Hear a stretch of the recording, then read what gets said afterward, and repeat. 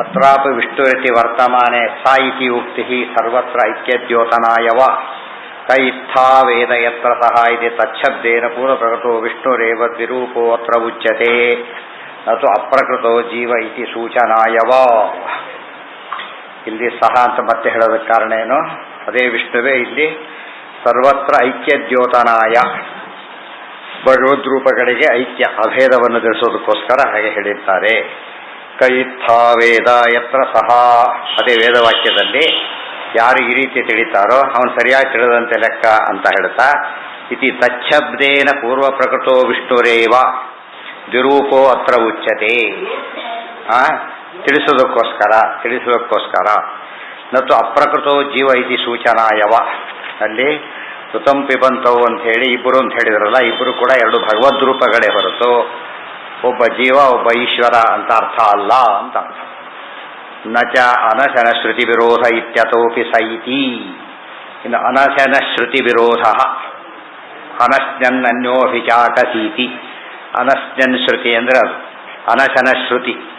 ದೇವರು ಇಲ್ಲಿ ಜೀವನ್ನೇ ತಗೊಳ್ಬೇಕು ಹೊರತು ದೇವರನ್ನಲ್ಲ. ಯಾತಕ್ಕೆ? ಇಲ್ಲಿ ಅಶಾನ ತಿಂತಾನೆ ಅಂತ ಬಂದಿದೆ ಅಂತ ಹೇಳ್ತಾರೆ. ತಿಂತಾನೆ ಅಂತ ಬಂದಿದೆ ಯಾವ ರೀತಿ ಎಂಬುದರಲ್ಲಿ ವೈಶಿಷ್ಟ್ಯ ಇರೋದ್ರಿಂದ ಬರೀ ತಿಂತಾನೆ ಅನ್ನೋ ಒಂದೇ ಪದದಿಂದ, ತಿನ್ನತಾನೆ ಅಂದ್ರೇನು ಕರ್ಮಫಲವನ್ನು ಅನುಭವಿಸ್ತಾನೆ ಅಂತ, ಮಾಡಿದ್ದುಣ್ಣೋ ಅಂತ ಹೇಳ್ಬೇಕಾದ್ರೆ ಅದೇ ಅರ್ಥ. ಮಾಡಿದ್ದುಣ್ಣೋ ಮಹಾರಾಯ ಅಂದರೆ ಕರ್ಮಫಲ ಅನುಭವಿಸ್ಬೇಕು ಅಂತ ಅರ್ಥ. ತಸ್ಯೇದ ಮಾಹು ಪಿಪ್ಪಲಂ ಸ್ವಾದು ಅಗ್ರೆ ತನ್ನೋ ನಶ್ಯತೆ ನಶದ್ಯ ಪಿತರನ್ನ ವೇದ ಇತಿ ಅನಶನ ವಾಕ್ಯ. ಅಲ್ಲೇನೆ ತನ್ನೋ ಅನಶತ್ತಿರ್ಬೇಕದು ವಾಕ್ಯ ಶೇಷೇ ಯೋ ಜೀವನಾಯ, ಜೀವನಾದಿ ಜೀವಾನ ಇಟ್ಟಿದೆ, ಜೀವನಾದಿ ಅತೃತ್ವೇನ ಅಲ್ಲೇನಿದೆ ಯಹ ಜೀವ ಅತೃತ್ವೇನ ಮುಕ್ತಃ ಸಹ ವಿಷ್ಣುರೇವ ಅತ್ತ ಋತಪಾನಕರ್ತ ಇತ್ಯರ್ಥ. ಕರ್ಮಫಲವನ್ನು ಅನುಭವಿಸ್ತಾನೆ ಅಂದರೆ ಕರ್ಮವನ್ನು ನೇಮನ ಮಾಡ್ತಾನೆ, ಶುಭ ಸಾರವನ್ನು ಭೋಗ ಮಾಡ್ತಾನೆ ಅಂತ ಅರ್ಥ. ಆದ್ದರಿಂದ ಅಲ್ಲಿ ಅಶನ ಅನಶನ ಅನ್ನೋ ಪದದಿಂದ, ಅನಶನ ಅಂತ ಹೇಳಿದರೆ ಜೀವರಂತೆ ಪರಮಾತ್ಮ ಬಂಧಕವಾದದ್ದನ್ನು ಅಸಾರವಾದದ್ದನ್ನು ಸ್ವೀಕಾರ ಮಾಡೋದಿಲ್ಲ, ಕರ್ಮಫಲವನ್ನು ಅನುಭವಿಸೋದಿಲ್ಲ ಅಂತ ಅಷ್ಟೇ ಅರ್ಥನೇ ಹೊರತು ಅವನು ಜಡ ಪದಾರ್ಥದಂತೆ ಅಂತ ಅರ್ಥ ಅಲ್ಲ. ಕೃತಂ ಸತ್ಯಂ ತಥಾ ಧರ್ಮ ಸುಕೃತಂಚ ಇತ್ಯಾದೇಹಿ. ಅಲ್ಲೇನಿದೆ ಋತಂ ಪಿಬಂತವು ಅಂತ ಬಂದಿದೆ. ಋತಂ ಶಬ್ದಕ್ಕೆ ಏನೇನು ಅರ್ಥ ಇದೆ? ಋತಂ, ಸತ್ಯಂ, ಧರ್ಮ, ಸುಕೃತಂ ಇಷ್ಟೆಲ್ಲ ಅರ್ಥ ಇದೆ. ಋತ ಶಬ್ದಕ್ಕೆ ಸತ್ಯ ಅಂತ ಅರ್ಥ, ಧರ್ಮ ಅಂತ ಅರ್ಥ, ಸುಕೃತ ಪುಣ್ಯ ಅಂತ ಅರ್ಥ. ಹೀಗೆಲ್ಲ ಇರೋದ್ರಿಂದ ಪರಮಾತ್ಮ ಜ್ಞಾನಾನಂದಮಯವಾದ ರೀತಿಯಲ್ಲಿದ್ದಾನೆ, ಯಾವ ವಿರೋಧನೂ ಇಲ್ಲ. ತಥಾ ಚ ಶ್ರುತಿ ಜೀವಾದಿ ಅಶುಭಾತ್ ಅನಪರ ಇತಿ ಭಾವ. ತಥಾ ಚ ಶ್ರುತಿ ಜೀವಾದ್ಯಾಶುಭಾದ ಅನಪರ ಇತಿ ಭಾವ. ಅಂದರೆ ಶ್ರುತಿ ಹೇಳ್ತಾ ಇದೆ ಜೀವಾದಿಗಳು ಅಶುಭವನ್ನೇನು ತಗೊಳ್ತಾರೆ, ಆ ರೀತಿ ಪರಮಾತ್ಮ ಅಲ್ಲ ಅಂತ ಹೇಳ್ತಾ ಇದೆ. ಜೀವನಂತೆ ದೇವರಂತೆ ಜೀವ ಇರೋದು ಬೇರೆ, ಜೀವನಿಗಿಂತ ಭಿನ್ನನಾಗಿ ದೇವರು ಇರೋದು ಬೇರೆ ಅಂತ ಅರ್ಥನೇ ಹೊರತು ಅನಶನ ಶಬ್ದಕ್ಕೆ ಅಶನವೇ ಇಲ್ಲ, ಜಡ ಎಂಬ ಅರ್ಥದಲ್ಲಿ ಸರ್ವಥಾ ಅಲ್ಲ. ಏಕ ಇತಿ ಜೀವೇಶ ರೂಪ ಅನೇಕ ಕೋಟಿ ನಿರಾಸಾಯ. ಏಕ ಏಕ ಅಂತ ಯಾಕೆ ಹೇಳಿದ್ದಾರೆ ಅಂದರೆ ಜೀವೇಶ ರೂಪ ಅನೇಕ ಕೋಟಿ ನಿರಾಸಾಯ. ಕೋಟಿ ಶಬ್ದಕ್ಕೆ ಕೋಟಿ ಒಂದು ಅರ್ಥ ಅಲ್ಲ, ಗೊತ್ತಾಯ್ತಾ? ಕೋಟಿ ಅಂತ ಹೇಳಿದರೆ ಒಂದು ಪಕ್ಷ ಅಂತ ಕೋಟಿ, 3 ರೂಪಾಯಿ ಇನ್ನೊಂದಿದೆ. ಅಲ್ಲಿ ಜೀವೇಶ ರೂಪ ಅನೇಕ ಕೋಟಿ ನಿರಾಸಾಯ. ದೇವರಲ್ಲಿ ಇಲ್ಲಿ ಋತಂಪಿ ಬಂತವು ಅಂತ ಬಂದಾಗ ಜೀವ ಈಶ ಇತ್ಯಾದಿ ಅನೇಕ ವಿಧವಾದದ್ದಲ್ಲ, ವಿಷ್ಣು ಒಬ್ಬನೇ ಅಲ್ಲಿ 2 ರೂಪಗಳಿಂದಾನೆ ಅಂತ ಅರ್ಥ.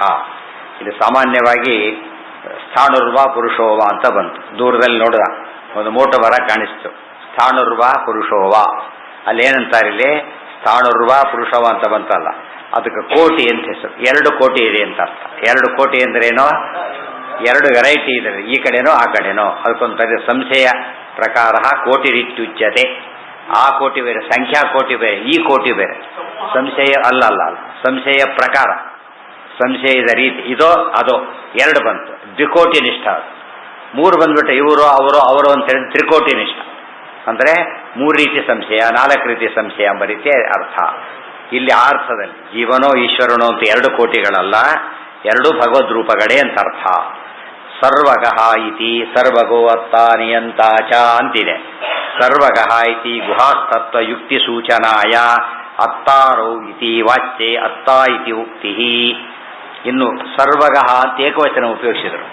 ಸರ್ವಗ ಅಂತ ಏಕವಚನ ಯಾತಕ್ಕೆ ಉಪಯೋಗಿಸಿದ್ರು ಅಂದರೆ ಅಲ್ಲಿ ಬಂದಿರೋ ಋತಂಪಿ ಬಂತು ಅಂತೇಳಿ ದ್ವಿವಚನ ಬರಬೇಕಾಗಿತ್ತು. ಏಕವಚನ ಯಾತಕ್ಕೆ ಹೇಳಿದ್ದಾರೆ ಅಂದರೆ ವಿಷ್ಣು ಒಬ್ಬನೇ, ರೂಪಗಳು ಎರಡು ಅಷ್ಟೇ ಅಂತ ಹೇಳೋದಕ್ಕೋಸ್ಕರ ಒಬ್ಬನೇ ಅಂತ ಹೇಳಿದ್ದಾರೆ. ಅಕೌಂಟ್ 3 ಹಾಕಿದ್ರು ಕೂಡ ಅದು ಯಾರ್ದು ಒಬ್ಬಂದೇ ಆದಾಗ ಏನಂತಾರೆ, ತನ್ನ ಅಕೌಂಟ್. ಈ ಅಕೌಂಟ್ ಈ ರೀತಿ ಇದ್ರೂ ಕೂಡ ಭೇದ ಇಲ್ಲ. ಆ ರೀತಿ ಭಗವದ್ ರೂಪಗಳು ಎರಡಿದ್ರು ಕೂಡ ಅಲ್ಲಿ ಅತ್ತ ಚರಾಚರ ಗ್ರಹಣಾತ್ ಅಂತ ಹೇಳಿದ್ರೆ ಹೊರತು ಅತ್ತಾರೋ ಅತ್ತಾರಹ, ಗೊತ್ತಾಯ್ತಾ? ಅತ್ತಾರೋ ಅಂತ ಯಾಕೆ ಹೇಳಲಿಲ್ಲ ಅಂದ್ರೆ ಎರಡು ರೂಪಗಳು ಒಂದೇ ಅಂತ ಹೇಳೋದಕ್ಕೋಸ್ಕರ. ಇತಿ ಗುಹಾಸ್ತತ್ವ ಯುಕ್ತಿ ಸೂಚನಾಯ ಅತ್ತಾರೋ ಇತಿ ವಾಚ್ಯೆ ಅತ್ತ ಇತಿ ಉಕ್ತಿ. ರೂಪದ್ವಯ ಐಕ್ಯೋಕ್ತ್ಯರ್ಥ, ರೂಪದ್ವಯ ಐಕ್ಯೋಕ್ತ್ಯರ್ಥ.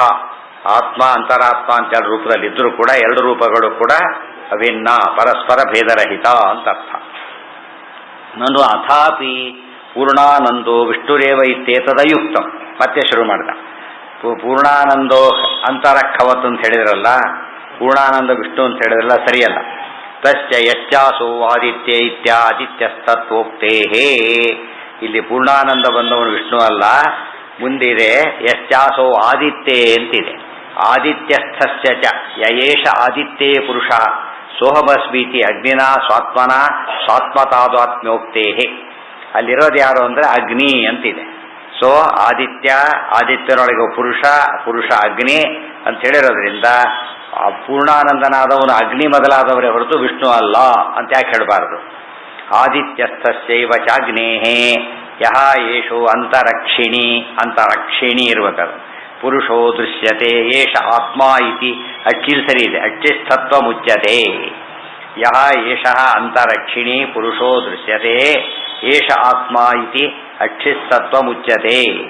ಆದಿತ್ಯಸ್ಥಸ್ಯೈವ, ಇಲ್ಲಿ ಆದಿತ್ಯಸ್ಥನಾದ ಅಗ್ನಿ ಅಂದ್ರೆ ವಿಷ್ಣುವೇ ಹೊರತು ಈ ಅಲ್ಲ. ಅದು ಅಗ್ನಿಮೇಳೆ ಅಂತ ಶುರುವಾದ್ರೆ ಅಗ್ನಿಸ್ತುತಿ ಅಲ್ಲದು, ಪರಶುರಾಮ ದೇವರ ಸ್ತೋತ್ರ. ಆ ರೀತಿಯಲ್ಲಿ ಇದೆ. ಆದಿತ್ಯ ಚಕ್ಷುರ್ಭೂತ್ವ ಅಕ್ಷಿಣಿ ಪ್ರಾವಿಶತ್ಯಿತಿ ಶ್ರುತ್ಯ ಆದಿತ್ಯಾಕ್ಷ್ಣೋ ಏಕದೇವತಾಧಿಷ್ಠಾನತ್ವ. ಆದಿತ್ಯ ಚಕ್ಷುರ್ಭೂತ್ವ, ಸೂರ್ಯ ಕಣ್ಣಿನ ರೂಪದಲ್ಲಿ ಕಣ್ಣಿನೊಳಗೆ ಪ್ರವೇಶ ಮಾಡಿದ್ದಾನೆ ಅಂತ ಹೇಳಿದ್ದಾರೆ. ಆದಿತ್ಯ ಅಕ್ಷಿ ಎರಡು ಕೂಡ ಏನಾಯ್ತು ಅಲ್ಲಿಗೆ? ಸೊ ಅಕ್ಷಯ ದೇವತೆ ಆದಿತ್ಯ, ಅಕ್ಷಿ ಅಂದ್ರೆ ಒಂದೇ, ಆದಿತ್ಯ ಅಂದ್ರೆ ಒಂದೇ. ಯಾಕೆ? ಅಕ್ಷಯ ದೇವತೆ ಆದಿತ್ಯನಾದ್ದರಿಂದ. ಅದೇ ರೀತಿನೇ ಅಥೋ ಹಿ ಆದಿತ್ಯಸ್ಥ ಪೂರ್ಣಾನಂದೋಪಿ ಅಗ್ನಿರೇವ ಇತ್ಯತಃ ಪ್ರಾಪ್ತ. ಅಂತರಃ ಉಪಪತ್ತೇ ರೀತಿ ಸೂತ್ರ ಪಂಚಕಂ. ಅದಕ್ಕೆ ಹೇಳಿದ್ರು ಅಂತರಃ ಉಪಪತ್ತೇ. ಸೊ ಆದಿತ್ಯಾಂತರ್ಗತ ಒಬ್ಬ ವ್ಯಕ್ತಿ ಇದ್ದಾನೆ, ಆತ ಅಗ್ನಿ. ಅಗ್ನಿ ಅಂದ್ರೆ ಅಗ್ನಿ ಶಬ್ದವಾಚ್ಯನಾದ ನಾರಾಯಣನೇ ಹೊರತು ಈ ಅಗ್ನಿ ಅಲ್ಲ. ಅದಕ್ಕೆ ಅಂತರಃ ಉಪಪತ್ತೇ ರೀತಿ ಸೂತ್ರ ಪಂಚಕಂ. ಅಂತರಃ ಉಪಪತ್ತೇ ಅಂತ ಹೇಳಿದು 5 ಸೂತ್ರಗಳ ಸಾರವನ್ನ ಅದರಿಂದ ಹೇಳಿದರು. 5 ಸೂತ್ರಗಳ ಸಾರ ಅದರಲ್ಲಿ ಬಂದಿದೆ. ತದರ್ಥ ನಿಯಂತಾಚ ಇತಿ. ಒಳಗಿದ್ದಾನೆ ಅಂದ್ರೆ ಏನು ಅಂದ್ರೆ ನಿಯಂತ. ಸರ್ವಗೋ ಅತ್ತ ನಿಯಂತಾಚ. ನಿಯಂತ ಒಳಗಿದ್ದಾನೆ, ನಿಯಂತ ಅಲ್ಲ. ಮನೆಯೊಳಗೆ ಇರ್ತಾನೆ, ಅವರು ಮಾತಾಡ್ತಾನೆ, ನಾನು ಮನೆ ಓನರ್ ಅಲ್ಲ, ಮನೆಯವರಲ್ಲ ಅಂದ್ಬಿಡ್ತಾನೆ. ಒಳಗಿದ್ರು ಕೂಡ ಏನಲ್ಲ ಅವನು, ಯಾವುದೋ ಪೇಪರ್ ತಗೊಂಡು ನನ್ನ ಸಮಸ್ಯೆ ನಾನು ಅವನ ಮನೆಯವನಲ್ಲ. ಗೊತ್ತಾಯ್ತಾ? ಅದೇನು ಸಣ್ಣ ಪದಾರ್ಥನೇ ತಗೊಂಡು ಹೇಳ್ಬೋದು ಬೇಕಾದ್ರೆ, ಬಟ್ ಏನು ಹೇಳ್ತಾನ ಅವನು, ನಾ ಮನೆಯವನಲ್ಲ, ನನಗೆ ಅಧಿಕಾರ ಇಲ್ಲ ಅಂತ ಹೇಳ್ಬಿಡ್ತಾನೆ. ಅದೇ ರೀತಿನೇ ಇಲ್ಲಿ ಒಳಗಿದ್ದಾನೆ ಅಂತ ಹೇಳಿದ ತಕ್ಷಣ ಒಳಗಿದ್ದಾನಷ್ಟೇ. ನಿಯಂತ ಯಾಗಿದ್ದಾನೆ? ನಿಯಮನ ಮಾಡ್ಕೊಂಡಿದ್ದಾನೆ. ಬಸ್ಸಲ್ಲಿ ಕೂತವ್ರು ಡ್ರೈವರ್ಗಳಲ್ಲ. ಡ್ರೈವರ್ ಬಸ್ಸನ್ನು ಏನು ಮಾಡ್ಕೊಂಡಿದ್ದಾನೆ? ನಿಯಮನ ಮಾಡ್ಕೊಂಡಿದ್ದಾನೆ. ಸೊ ಬಸ್ಸಲ್ಲಿ ಕೂತವ್ರು ಇಬ್ರು ಕೂಡ, ಪ್ಯಾಸೆಂಜರ್ಸು ಬಸ್ಸಲ್ಲಿ ಕೂತವ್ರೆ, ಡ್ರೈವರ್ ಕಂಡಕ್ಟರು ಬಸ್ಸಲ್ಲಿ ಕೂತವ್ರೆ. ಆದರೆ ಡ್ರೈವರು ಓಡಿಸ್ತಾನೆ, ಕಂಡಕ್ಟರು ಅದು ಮಾಡ್ತಾನೆ, ಕಂಡಕ್ಟ್ ಮಾಡ್ತಾನೆ. ಆದರೆ ಮುಳಿದವ್ರು ಕೂತಿದ್ದಾರೆ ಅಷ್ಟೇ. 3 ವಿಧ ಜನ ಕೂತಿದ್ದಾರೆ ಅಲ್ಲಿ. ಡ್ರೈವರ್ ಒಬ್ಬ, ಕಂಡಕ್ಟರ್ ಒಬ್ಬ, ಪ್ಯಾಸೆಂಜರ್ಸ್. ಪ್ಯಾಸೆಂಜರ್ಸ್ ರೋಲ್ ಏನು? ತಮ್ಮ ಜಾಗದಲ್ಲಿ ಕೂಡೋದಷ್ಟೇ. ಕಂಡಕ್ಟರ್ ಅಲ್ಲೇ ಸುಮ್ಮನೆ ಕುತ್ಕೊಬಿಟ್ರೆ ಕೆಲಸ ಆಗುತ್ತೆ, ಅವ್ರು ಏನು ಓಡಾಡ್ತಿರ್ಬೇಕು. ಡ್ರೈವರು ಅವನು ಕೂಡೋದೆ, ಡ್ರೈವ್ ಮಾಡಬೇಕು. ಸೊ ಒಂದೇ ಬಸ್ಸಿನೊಳಗೆ ಕೂತ 3 ಜನದ ಪರ್ಪಸ್ ಏನಾಗಿದೆ? ಬೇರೆ ಬೇರೆ ಹೇಗಿದೆಯೋ ಒಳಗೆ ಪರಮಾತ್ಮ ನಾವು ದೇಹದಲ್ಲಿ ಕೂತಿದ್ದೇವೆ ಅಷ್ಟೇ. ನಮಗೇನಿಲ್ಲ, ಸ್ವಾತಂತ್ರ್ಯ ಇಲ್ಲ. ದೇವರು ಕೂಡಿಸಿದ್ದಾನೆ, ಕೂತಿದ್ದೇವೆ. ಸ್ವಾತಂತ್ರ್ಯ ಇರುವಂದಾಗಿರು, ಹೇಳು ಅಂದ್ರೆ ಹೇಳು, ಕೂಡು ಅಂದ್ರೆ ಕೂಡು, ಹೊರಡು ಅಂದ್ರೆ ಹೊರಡು ಅಷ್ಟೇ. ಗೊತ್ತಾಯ್ತಾ? ಯಾತ್ರೆ 2 ಗೊತ್ತಾಯ್ತು, ಹೇಳಿ ಅದೇ ಹೊರಟ್ಬಿಡ್ಬೇಕು ಅಷ್ಟೇ. ನಿಲ್ಲಿಸ್ಬೇಕು. ಅವ್ನು ಕಂಟ್ರೋಲ್ ಮಾಡ್ತಾನೆ. ನಿಯಂತಾಚ ಪರಮಾತ್ಮ ಸುಮ್ಮನೆ ಒಳಗಿಲ್ಲ, ಏನು ಮಾಡಿಕೊಂಡಿದ್ದಾನೆ? ಇವು ಅಂತಃ ಪ್ರವಿಶ್ಯ ಮಮ ವಾಚ ಮಿಮಾಂ ಪ್ರಸುಪ್ತಾಂ ಸಂಜೀವಯತಿ. ಗೊತ್ತಾಯ್ತಾ? ಎಲ್ಲ ಇಂದ್ರಿಯಗಳನ್ನು ನೇಮನ ಮಾಡ್ತಾನೆ. ಅದರಿಂದಾಗಿನೇ ದೇವರು ಒಳಗಿದ್ದಾನೆ ಎಂಬುದು ನಾವು ಯಾವುದೋ ರೀತಿಯಲ್ಲಿದ್ದಾಗಲ್ಲ. ಪೂರ್ವದ ಅನುಷಂಗ ಹಿಂದಿನಂತೆ ಸೇರಿಸ್ಕೊಂಡು ಹೋಗಬೇಕು. ವಿಷ್ಣು ಏವ ಇತ್ಯಾದಿ ಅಂತ ಅರ್ಥ. ಮುಂದೆ ಸರ್ವಗಃ ಸನ್ ಅಂತರಕ್ಷಿಣಿ ಇತಿ ಶ್ರುತಿ ಸರ್ವ ಶ್ರುತ ಹೌದು ಮತ್ತೆ ಶ್ರುತ ಸರ್ವ ಪ್ರಾಣಿ ಚಕ್ಷುರಂತಸ್ಥ ಸನ್ ಏಷ ವಾಮನಿಃ ಇತ್ಯಾದಿನ ಉಕ್ತೋ ನಿಯಂತ ವಾಮ ಭಾಮ ಶಬ್ದಿತ ಸೌಂದರ್ಯ ತೇಜ ಪ್ರಧಾನ ಸರ್ವ ಸ್ತ್ರೀ ಪುಂಸ ನಿಯಮಕರ್ತ ಸಾ ಸಂಪೂರ್ಣಾನಂದತ್ವೇನ ಉಕ್ತ ಆದಿತ್ಯಸ್ಥಃ ಏಕಃ ಸ್ವತಂತ್ರೋ ವಿಷ್ಣುರೇವ ನತು ಅಗ್ನಿ ಕುತಃ. ಅಲ್ಲಿರ್ತಕ್ಕಂಥವನು ನಿಯಂತ ಇತ್ಯಾದಿ ಗುಣ ಹೊಂದಿದವನು. ಮುಂದೆ ಬರ್ತ ಸಯೇಷ ವಾಮನಿಹಿ ಭಾಮನಿಹಿಯನ್ನ ಶ್ರುತಿ ಕೋಟ್ ಮಾಡ್ತಾರೆ. ಅಲ್ಲಿ ವಾಮನಿ ಭಾಮನಿ ಅಂತ ಬಂದಿದೆ. ಯಾರೋ ವ್ಯಸ್ತಾಪ ಅಂದ್ರೆ ಯಾರೋ ಅಲ್ಲ. ವಾಮನ ವಾಮನ ಭಾಮನ ವಾಮನಿ ಭಾಮನಿ ವಾಮನ ವಾಮನ ಭಾಮನ ಒಂದೇ ದ್ವಾದಶೋತ್ತರದಲ್ಲಿ ಪದ ಉಪಯೋಗಿಸಿದ್ದಾರೆ. ಇತ್ಯಾದಿನ ಮುಕ್ತ ನಿಯಂತ, ಇಲ್ಲಿ ಬಂದಿರೋ ನಿಯಂತ ಅಗ್ನಿ ಮೊದಲಾದವರಲ್ಲ, ವಿಷ್ಣುವೇ. ಮತ್ತೆ ವಾಮನಿ ಭಾಮನಿ ಅಂತ ಪದ ಬಂದಿದೆ ಅಂದ್ರೆ ವಾಮ ಶಬ್ದಕ್ಕೆ ಭಾಮ ಶಬ್ದಕ್ಕೆ ವಾಮ ಅಂದ್ರೆ ಸೌಂದರ್ಯ, ಭಾಮ ಅಂದ್ರೆ ತೇಜಸ್ಸು ಅಂತ ಅರ್ಥ. ವಾಮನಿ ಅಂದ್ರೆ ಸೌಂದರ್ಯವನ್ನು ಹೊಂದಿದವನು, ಸಾಕ್ಷಾನ್ ಮನ್ಮಥಃ. ಭಾವನೆ ಅಂದರೆ ತೇಜಸ್ಸು, ಅನಂತ ಸೂರ್ಯ ಪ್ರಕಾಶ. ಅದಕ್ಕೆ ಹೆಸರಿಟ್ಟಿದ್ದಾರೆ ಹೊರತು ಹೌದು ವಾಮ ಅಂದ್ರೆ ಸುಂದರ. ಅದಕ್ಕೆ ರುದ್ರದೇವಿ ವಾಮದೇವ ಅಂತ ಹೆಸರಿದೆ. 28 ದೇಹ ಲಕ್ಷಣ, ಅದಕ್ಕಾಗಿ ಸುಂದರ ಅಂತ ಅವರಿಗೆ ಹೆಸರು. ನಿಯಂತ ವಾಮಭಾಮ ಶಬ್ದಿತ ಸೌಂದರ್ಯ ತೇಜ ಪ್ರಧಾನ ಸರ್ವಸ್ತ್ರೀ ಪುಂಸ ನಿಯಮಕರ್ತ. ವಾಮನಿ ಭಾಮನಿ ಶಬ್ದದಿಂದ ಏನೇನು ಸೌಂದರ್ಯ ತೇಜಸ್ಸು ಮೊದಲಾದ ಹೊಂದಿದ್ದಾರೆ ಅಂತ ಯಾವುದೇ ಸ್ತ್ರೀಯಾಗಲಿ ಪುರುಷನಾಗಲಿ ನಿಯಮನ ಮಾಡೋದು ಯಾರು ಅಂದರೆ ವಿಷ್ಣುವೇ. ಆರ್ತಲ್ಲಿ ಬಂದಿದೆ ಹೊರತು ಸಾ ಸಂಪೂರ್ಣಾನಂದತ್ವೇನ ಮುಕ್ತ ಆದಿತ್ಯಸ್ಥ, ಸಂಪೂರ್ಣ ಆನಂದವುಳ್ಳವನಾಗಿ ಅಂತ ಹೇಳಿ ಆದಿತ್ಯನೊಳಗೆ ಇದ್ದಾನೆ ಅಂತ ಹೇಳಿ ಹೇಳಲ್ಪಟ್ಟಂತಹ ಏಕಃ ಒಬ್ಬ ಸ್ವತಂತ್ರ ಯಾರು ಅಂದರೆ ವಿಷ್ಣುರೇವ. ನತು ಅಗ್ನಿ, ಅಗ್ನಿ ಅಲ್ಲ. ಕುತಃ, ಅಗ್ನಿಯಲ್ಲಿ ತೇಜಸ್ಸಿದೆ, ಆದ್ರಿಂದ ಅದು ತಿಳ್ಕೊತೀನಿ ಅಂತ ಹೇಳಿದ. ಅಗ್ನಿ ತೇಜಸ್ಸಲ್ಲಿ, ದೇವರು ತೇಜಸ್ಸಲ್ಲಿ. ಗೊತ್ತಾಯ್ತಾ? ಲಿಂಗೈಹಿ ಸರ್ವೈರ್ಯುತೋ ಹಿ. ಯಾತಕ್ಕೆ ಪದ ಹೇಳ್ತಾರೆ ಅಂದರೆ ಲಿಂಗೈಹಿ ಸರ್ವೈರ್ಯುತ. ಆ ಪದ ಬಿಡಬಾರ್ದು. ಮೊದಲನೇ ಪದಕ್ಕೆಲ್ಲ ಹೇಳ್ಬೇಕಾದ್ರೆ ಏನು ಮಾಡಿಬಿಟ್ರು? ಸರ್ವಗುಣತ್ವತಃ ಹೇಳಿದ್ರು. ಈಗ ಏನು ಮಾಡ್ತಾರೆ? ಲಿಂಗೈ ಸರ್ವೈರ್ಯುತ ಅಂತ ಹೇಳ್ತಾರೆ. ಅದಕ್ಕೆ ಲಿಂಗಪಾದ, ಅದು ನಾಮಪಾದ. ನಾಮಪಾದದಿಂದ ಗುಣ ಪ್ರಧಾನ ಮಾಡಿದರು, ಇಲ್ಲಿ ಲಿಂಗ ಪ್ರಧಾನ ಮಾಡಿದರು. ಏತದಮೃತಂ ಅಭಯಮೇತದ್ ಬ್ರಹ್ಮ ತದ್ಯಥಾ ಪುಷ್ಕರ ಪಲಾಶೆ ಆಪೋ ನ ಶ್ಲಿಷ್ಯಂತೆ ಇತಿ ತದ್ಯತಸ್ಮಿನ್ ಸರ್ಪಿರ್ವಾ ಪುತಕಂ ವಾ ಇತಿ ಸಂಯದ್ವಾಮ ಇತ್ಯಾಚಕ್ಷತೆ. ಏತಂ ಸರ್ವಾಣಿ ವಾಮಾನಿ ಸಂಯತಿ ಏಷವು ಏವ ವಾಮನಿಃ ಕಂ ಬ್ರಹ್ಮ ಖಂ ಬ್ರಹ್ಮ. ರವಂ ಆಗಿಬಿಟ್ಟಿದೆ, ರವಂ ಅಲ್ಲ, ಖಂ ಬ್ರಹ್ಮ ಸ ಏನಾನ್ ಬ್ರಹ್ಮ ಗಮಯತಿ ಇತ್ಯಾದಿನ ಉಕ್ತೈಃ ಅಮೃತತ್ವ ಅಭಯತ್ವ ಪಾಪ ಅಸ್ತೇಷ ಹೇತು ವೇದನತ್ವ ಸ್ವಾಶ್ರಯ ಚತುರಸಂಗತ್ವ ಪಾದಕತ್ವ ಆಮೇಲೆ ಅಸಂಗತ್ವ ಅಪಾಪಾದಕತ್ವ ಸಮ್ಯದ್ವಾಮತ್ವ ಪೂರ್ಣಾನಂದತ್ವ ಪೂರ್ಣಜ್ಞಾನತ್ವಾದಿಭಿಃ ಏತತ್ ಪ್ರಕರಣಸ್ಥೈಃ ಸರ್ವೈಃ ಲಿಂಗೈಃ ಯುತತ್ವಾದಿತ್ಯರ್ಥಃ. ಯಾವ ಸರ್ವಲಿಂಗಗಳು ಅಂದರೆ ಆ ಪ್ರಕರಣದಲ್ಲಿ ಇಷ್ಟೆಲ್ಲ ಶ್ರುತಿ ವಾಕ್ಯ ಬಂದಿವೆ. ಏತದಮೃತಂ ಅಭಯಂ ಏತದ್ ಬ್ರಹ್ಮ, ಇವನು ಅಮೃತ, ಇವನು ಅಮಯ, ಇವನು ಬ್ರಹ್ಮ ಅಂತ ಒಂದು ವಾಕ್ಯ. ತದ್ಯಥಾ ಪುಷ್ಕರ ಪಲಾಶೆ ಆಪೋರ ಶ್ಲಿಷ್ಯಂತೆ ಇನ್ನೊಂದು ಶ್ರುತಿ ವಾಕ್ಯ. ಯಾವನು ಬ್ರಹ್ಮಜ್ಞಾನಿ ಆಗ್ತಾನೆ ಅವನಿಗೆ ಆ ಕರ್ಮಗಳ ಬಂಧನ ಇಲ್ಲ. ಯಾತಕ್ಕಿಲ್ಲ, ಹೇಗಿಲ್ಲ ಅಂದರೆ ನೀರೊಳಗೆ ಇದ್ರೂ ಕೂಡ ಪುಷ್ಕರ ಪಲಾಶ, ತಾವರೆಯ ಎಲೆಗೇನಿಲ್ಲ, ಲೇಪ ಇಲ್ಲ. ನೀರಲ್ಲಿದೆ, ಲೇಪ ಇಲ್ಲ. ಅದಕ್ಕೆ ಪದ್ಮಪತ್ರ ಮೀಮಾಂಭಸ ಆ ಗೀತಾವಾಕ್ಯದ ಮೂಲ. ಇದು ಶ್ರುತಿ, ಅದು ಸ್ಮೃತಿ ಅಷ್ಟೇ. ಅಲ್ಲಿ ಕೂಡ ಅಪರೋಕ್ಷ ಜ್ಞಾನಿನೂ ಸಂಸಾರದಲ್ಲಿದ್ದಾನೆ, ಸಾಮಾನ್ಯರು ಸಂಸಾರದಲ್ಲಿದ್ದಾರೆ. ಸಾಮಾನ್ಯರಿಗೆ ಸಂಸಾರದಲ್ಲಿ ಕರ್ಮದ ಬಂಧನ ಇದೆ, ಅಪರೋಕ್ಷ ಜ್ಞಾನಿ ಕರ್ಮದ ಬಂಧನ ಇಲ್ಲ. ಇಬ್ಬರು ಒಂದೇ ಕಡೆ ಇದ್ರೂ ಕೂಡ ಯಾತಕ್ಕಿಲ್ಲ ಅಂದರೆ ಸರೋವರದಲ್ಲಿ ಬೇರೆ ಪದಾರ್ಥಗಳೂ ಇವೆ. ಅಲ್ಲಿ ಪುಷ್ಕರ ಕಮಲ ತಾವರೆದ ಎಲೆನೂ ಇದೆ, ಆದರೆ ಬೇರೆದಕ್ಕೆ ಜಲ ಅಂಟಿದ್ರೆ ತಾವರೆ ಎಲೆಗೆ ಅಂಟೋದಿಲ್ಲ. ಸೊ ಜ್ಞಾನಿ ಸಂಸಾರದಲ್ಲಿದ್ದಾಗ ಉಳಿದವರಿಗೆ ಆಗ್ತಕ್ಕಂಥ ಸುಖ ದುಃಖಗಳ ಲೇಪ ಅವನಿಗೆ, ಆ ಕರ್ಮಗಳ ಲೇಪ ಅವನಿಗೆ ಆಗೋದಿಲ್ಲ. ಅದು ದೃಷ್ಟಾಂತ ಕೊಟ್ಟಿದ್ದ. ಅರ್ಥ ಆಯ್ತಾ? ಅದು ಯಾತಕ್ಕೆ ಹೇಳ್ತಾರೆ? ಈಗ ಈ ರೀತಿಯಾಗಿ ಯಾರನ್ನ ತಿಳ್ಕೊಂಡ್ರೆ ಅಪರೋಕ್ಷ ಜ್ಞಾನಿ ಎನ್ನಿಸಿ ಕರ್ಮದ ಬಂಧವನ್ನು ದಾಟಿ ಬಿಡ್ತಾನೋ ಅಂತ ಹೇಳಿದ ಮೇಲೆ ಯಾವನ್ನ ತಿಳ್ಕೊಂಡ್ರೇನೆ ಕರ್ಮದ ಬಂಧ ಇಲ್ವೋ ಅವನಿಗೆ ಹೇಗಿರ್ಬೇಕು ಗೊತ್ತಾಯ್ತು? ಹೇಗಿರ್ಬೇಕು? ಇವತ್ತು ಬಿಸಿ ಅಗ್ನಿ ಮೇಲೆ ಇಟ್ಟರೆ ಪಾತ್ರೆ ಬಿಸಿ ಆಯಿತು, ಪಾತ್ರೆನೇ ಬಿಸಿ ಮಾಡ್ಬೇಕಾದ್ರೆ ಅಗ್ನಿ ಎಷ್ಟು ಬಿಸಿ ಇರಬೇಕು. ಈ ಪಾತ್ರೆ ಇನ್ನೊಂದು ಪಾತ್ರೆ ಬಿಸಿ ಮಾಡೋಕ್ಕಾಗೋದಿಲ್ಲ, ಅಗ್ನಿಯಿಂದ ಮಾಡ್ಬೋದು.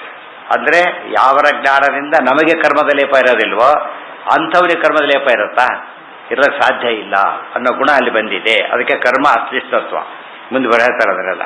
ಇನ್ನೊಂದು ಸಂಯದ್ವಾಮ ಇಚ್ಛಾಚಕ್ಷ ತದ್ಯಜಸ್ಮಿನ್ ಸರ್ಪಿರ್ವಾಬುದ ಕಂವಾ, ಅವೆಲ್ಲ ಅಂಥ ವಾಕ್ಯಗಳೇ. ಏತಂ ಸರ್ವಾಣಿ ವಾಮಾನಿ ಸಂಯತಿ ಏಷವು ಏವ ಸರ್ಪಿ ಅಂದ್ರೆ ತುಪ್ಪ. ಕಹ ಕಂ ಬ್ರಹ್ಮ ಖಂ ಬ್ರಹ್ಮ, ದೇವರನ್ನ ಕಮ್ ಅಂತಾರೆ, ಖಮ್ ಅಂತಾರೆ. ಸಯೇನಾನ್ ಬ್ರಹ್ಮ ಗಮಯತಿ, ಎಲ್ಲರನ್ನೂ ಕೂಡ ಮುಕ್ತಿ ಕಳಿಸೋದವನೇ. ಅದಕ್ಕೆ ಇನ್ನೊಂದು ಅರ್ಥ ಇದೆ, ವಾಯುದೇವರು ಎಲ್ಲ ಪರಮಾತ್ಮನ ತಲುಪಿಸ್ತಾರೆ, ಅರ್ಥನೂ ಇದೆ. ದೇವ್ರ ಬಗ್ಗೆ ಹೇಳಬೇಕಾದ್ರೆ ಎಲ್ಲ ದೇವರಿಗೇನೆ. ಇತ್ಯಾದಿನ ಉಕ್ತೈಹಿ, ಅಲ್ಲೇನೇನು ಹೇಳಿದ್ರು ಅದರೊಳಗೆ ಅಮೃತತ್ವ, ಏತದಮೃತಂ ಅಭಯಂ ಅಭಯತ್ವ, ಪಾಪ ಅಶ್ಲೇಷ ಹೇತು ವೇದನತ್ವ, ಪಾಪ ಅಶ್ಲೇಷ ಹೇತು ವೇದನತ್ವ, ಆಮೇಲೆ ಸ್ವಾಶ್ರಯ ಚಕ್ಷು ಅಸಂಗತ್ವ, ತನ್ನೊಳಗೆ ಕಣ್ಣು ಮೊದಲಾದವಳಿಗೆ ಸಂಪರ್ಕ ಹೊಂದದಿರೋದು, ಆಮೇಲೆ ಸಂಗತ್ವ, ಆಪಾದಕತ್ವ, ಸಂಯದ್ವಾಮತ್ವ, ನಿಯಮನ ಮಾಡತಕ್ಕಂಥ ಸೌಂದರ್ಯ, ಪೂರ್ಣಾನಂದತ್ವ, ಪೂರ್ಣಾನಂದವನ್ನು ಹೊಂದಿರುವಿಕೆ, ಪೂರ್ಣಜ್ಞಾನತ್ವ, ಪೂರ್ಣ ಜ್ಞಾನ ಹೊಂದಿರುವಿಕೆ ಇತ್ಯಾದಿ. ಏತತ್ ಪ್ರಕರಣಸ್ಥೈ ಸರ್ವೈಲಿಂಗೈರಿತತ್ವಾದಿತ್ಯರ್ಥ. ಅಭಯತ್ವ ಅಭಯತ್ವ ಎಲ್ಲ ಒಂದೊಂದು ಕೂಡ ದೇವರ ಸ್ಪೆಷಲ್ ಕ್ವಾಲಿಟೀಸ್. ಆದ್ದರಿಂದ ಇವೆಲ್ಲ ಕೂಡ ಅಗ್ನಿ ಮೊದಲಾದವರಿಗೆ ಅಪ್ಲಿಕಬಲ್ ಅಲ್ಲ. ಯಾರಿಗೆ? ವಿಷ್ಣುವಿಗೆ ಆಗಿದ್ದಾರೆ. ಭಗವಂತನೇ ಬೇರೆಯವರಿಗೆ ಇಲ್ಲೇ ಇಲ್ಲ. ಏತೈರ್ಲಿಂಗೈರ್ಯುತೋ ನಿಯಂತ ವಿಷ್ಣುರೇವಾ ತೇಷಾಂ ಭಾಷ್ಯ ದಿಶಾ ವೈಷ್ಣವತ್ವ ಸಿದ್ಧೇರಿತಿವಾ.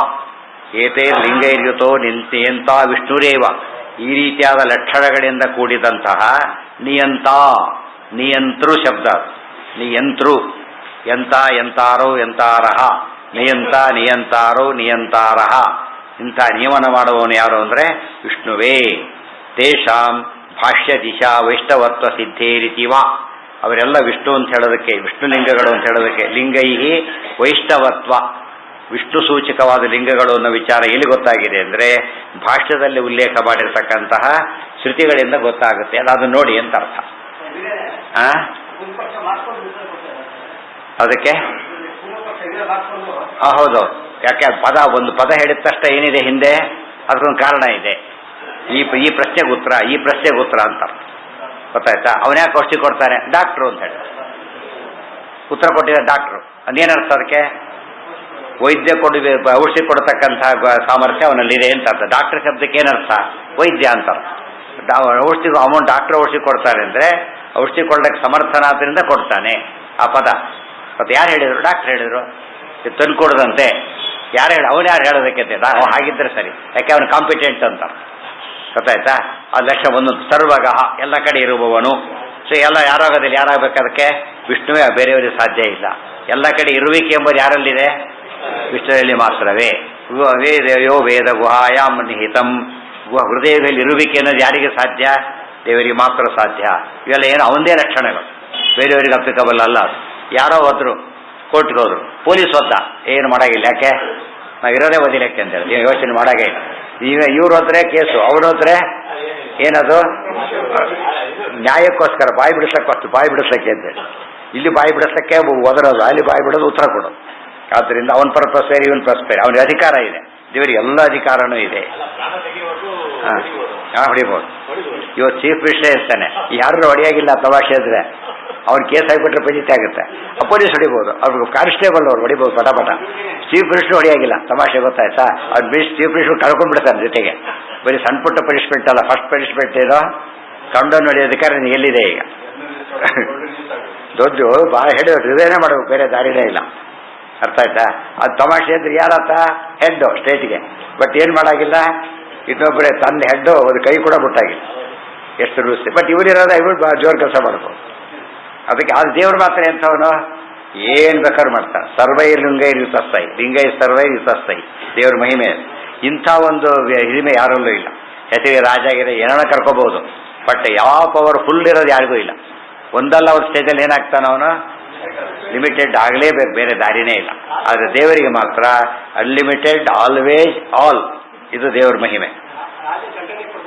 ದಂಡ ತಾನು ಹೊಡಿಯಾಗಿಲ್ಲ, ರಾಜ ತಾನು ಕೊಲ್ಲಾಗಿಲ್ಲ. ಮರ್ಡರ್ ಕೇಸ್ ಆಗುತ್ತೆ ತಾನು ಕೊಂದ್ರೆ. ತಾನು ಮತ್ತೆ ಕೋರ್ಟ್ ಮೂಲಕ ಆರ್ಡರ್ ಮಾಡಿಸ್ಬೇಕು, ತಾನೇ ಆರ್ಡರ್ ಮಾಡಾಗಿಲ್ಲ. ಅಪರಾಧಿ ಕೊಂದು ಹಿಂದಿನ ರಾಜರು ಮಾಡ್ತಿದ್ರು, ಅವರೆಲ್ಲ ಇತ್ತು ಅವರಿಗೆ. ಇವತ್ತು ಹಾಗೆಲ್ಲ ಮಾಡಾಗಿಲ್ಲ. ಎಲ್ಲಿಗೆ ಹೋಗ್ಬೇಕದು? ಅವರೇ ಅವನ್ನೇ ಹೊಡೆದ್ರು ಕೂಡ, ಒಬ್ಬ ಚೀಫ್ ಮಿನಿಸ್ಟರ್ ಯಾರು ಹೊಡೆದ್ರೆ ತಾನು ಶಿಕ್ಷೆ ಕೊಡಾಗಿಲ್ಲ. ಏನು ಮಾಡ್ಬೇಕದನ್ನ? ಕೋರ್ಟ್ ಮೂಲಕ ಶಿಕ್ಷೆ ಕೊಡಿಸ್ಬೇಕು, ತಾನು ಕೊಡಾಗಿಲ್ಲ. ಕೊಟ್ಟರೆ ಮತ್ತೆ ಅಪರಾಧಿ ಆಗ್ತಾ, ಕಾನೂನು ಕೈ ತಗೊಂಡಾಗ ಲೆಕ್ಕ ಅಂತ. ಅರ್ಥ ಆಯ್ತಾ? ಹಿಂದಿನ ಯಾಕೆ ಆಲಿಲ್ಲ ನಾವು, ಅವ್ರು ರಾಜರು ಅಂದ್ರೆ ರಾಜರೇ ಅವರು. ಇವತ್ತಾಗರೆ ಟೆಂಪರರಿ ಅವರು, 5 ವರ್ಷಕ್ಕೆ ಅಷ್ಟೇ ಅಂತ ಹೇಳಿದಾಗ ನಾವು ಬರೋರಿಗೆ ಸೀಟ್ ಇಟ್ಕೊಂಡಿರೋ ಅಂದ್ರೆ ಏನರ್ಥ? ಅಷ್ಟೇ 5 ವರ್ಷ ಇಟ್ಕೊಡಿ ಅಷ್ಟೇ, ತಕ್ಷಣ ಖಾಲಿ ಮಾಡೋದು. ಅವ್ರು ಹಾಗಲ್ಲ, ಬದುಕಿರೋವರಿಗೆ ಇರ್ತಿದ್ರು ಅಥವಾ ತಾವಾಗಿ ಬಿಡ್ತಿದ್ರು ಅಷ್ಟೆ. ಏತದ್ ಅಮೃತಂ ಅಭಯಂ ಏತದ್ ಬ್ರಹ್ಮ ತದ್ಯಥ. ಈ ಕಲಿಯುಗದಲ್ಲಿ ತಾವಾಗಿ ಬಿಡೋದಿಲ್ಲ ಅಂತ ಗೊತ್ತಿರೋದ್ರಿಂದ ಬಿಡಿಸೋ ವ್ಯವಸ್ಥೆ ಮಾಡಿದ್ರು. ಗೊತ್ತಾಯ್ತಾ? ತಾವಾಗಿ ಹಿಡ್ದು ಹೋದ್ರೆ ಏನು ಮಾಡ್ತಾರೆ? ವ್ಯವಸ್ಥೆ ಮಾಡಲೇಬೇಕಾಗೆ. ನೀವು ಬಿಡ್ತೀರೋ ನಾವೇ ಬಿಡಿಸ್ಬೇಕು ಅಂತಲ್ಲ. ಹಾಗೆ ಹಿಂದೆಲ್ಲ ಅಂತ ರಾಜರಿರ್ತಿದ್ರು, ಬಿಡ್ತೀವಿ ಅಂದ್ರೂ ಬೇಡ ಅಂತ ಹೇಳ್ತಿದ್ರು ಜನ. ಆಪೋ ನ ಶಿಷ್ಯಂತೆ ಇತ್ಯಾದಿಗಳು. ಏತೈರ್ಲಿಂಗೈರ್ಯುತೋ ನಿಯಂತ. ಈ ರೀತಿ ಇರತಕ್ಕಂಥ ಲಕ್ಷಣಗಳು ಕೂಡಿದಂಥ ನಿಯಂತ್ರವಾದವು ವಿಷ್ಣುವೇ. ತೇಷಾಂ ಭಾಷ್ಯ ದಿಶಾ ವೈಷ್ಣವತ್ವ ಸಿದ್ಧೇ ರೀತಿ ವಾ ಅತ್ರಾಪಿ ಸಾ ಇತ್ಯುಕ್ತಿ. ಮತ್ತೆ ಸಾ ಯಾಕೆ ಬಂತು? ಮತ್ತೆ ಸೇರಿಸ್ಕೋಬೇಕು. ಯೋ ಅಗ್ನಿನಾಮ ಸೋಹಮಸ್ಮಿ ಇತಿ ತಚ್ಛಬ್ದೇನ ಆದಿತ್ಯಸ್ಥಂ ಉದ್ದೇಶ್ಯ. ಅಲ್ಲಿ ಸಹ ಅಹಮಸ್ಮಿ ಅನ್ನೋ ಪದ ಇದೆ. ಆ ಸಹ ಹೇಳೋದಕ್ಕೋಸ್ಕರ ಇಲ್ಲಿ ಸಹ ಅಂತ ಹೇಳಿದ್ದಾರೆ. ಪಾದಾಂತ್ಯ ಪ್ರಾಣನಯನ್ಯಾಯೇನ. ಪಾದಾಂತ್ಯ ಪ್ರಾಣನಯನ್ಯಾಯೇನ. ಪಾದಾಂತ್ಯ ಪ್ರಾಣ ಅಂತ ಹೇಳಿದರೆ ಪ್ರಾಣನಯ ಅಂದರೆ ಅಂತಿಮ ಪ್ರಾಣಾಧಿಕರಣ. ಹಿಂದಿನ ಪಾದದಲ್ಲಿ 2 ಪ್ರಾಣಾಧಿಕರಣ ಬಂದಿದೆ, ಮೊದಲೊಂದು ಆಮೇಲೊಂದು. ಅದಕ್ಕೆ ಅಂತಿಮ ಪ್ರಾಣಾಧಿಕರಣ ಅಂತ ಕರೀತಾರೆ. ಅಂತಿಮ ಪ್ರಾಣನಯ ನ್ಯಾಯೇನ ಅಹಮಸ್ಮಿ ಇತಿ ಅಂತ ಹೇಳ್ತಾರೆ. ವಾಮದೇವ ಅಂತ ಹೇಳಬೇಕಾದ್ರೆ ಅಲ್ಲಿ ಅಂತರ್ಯಾಮಿ ಅಂತ ಇತ್ಯಾದಿ ಅನೇಕ ವಿಷಯ ಹೇಳಿದ್ದಾರೆ. ಇತಿ ಸ್ವಾಂತರ್ಯಾಮಿ, ಖಾಂತರ್ಯಾಮಿ, ಸಾಂತರ್ಯಾಮಿ ತಾತಾತ್ಮೇನ ಭುಕ್ತ. ತನ್ನ ಅಂತರ್ಯಾಮಿಯಾಗಿರೋನು, ಅಗ್ನಿಯಲ್ಲಿರೋನು, ಸೂರ್ಯನಲ್ಲಿರೋನು ಯಾರು? ಒಬ್ಬ ವಿಷ್ಣುವೇ.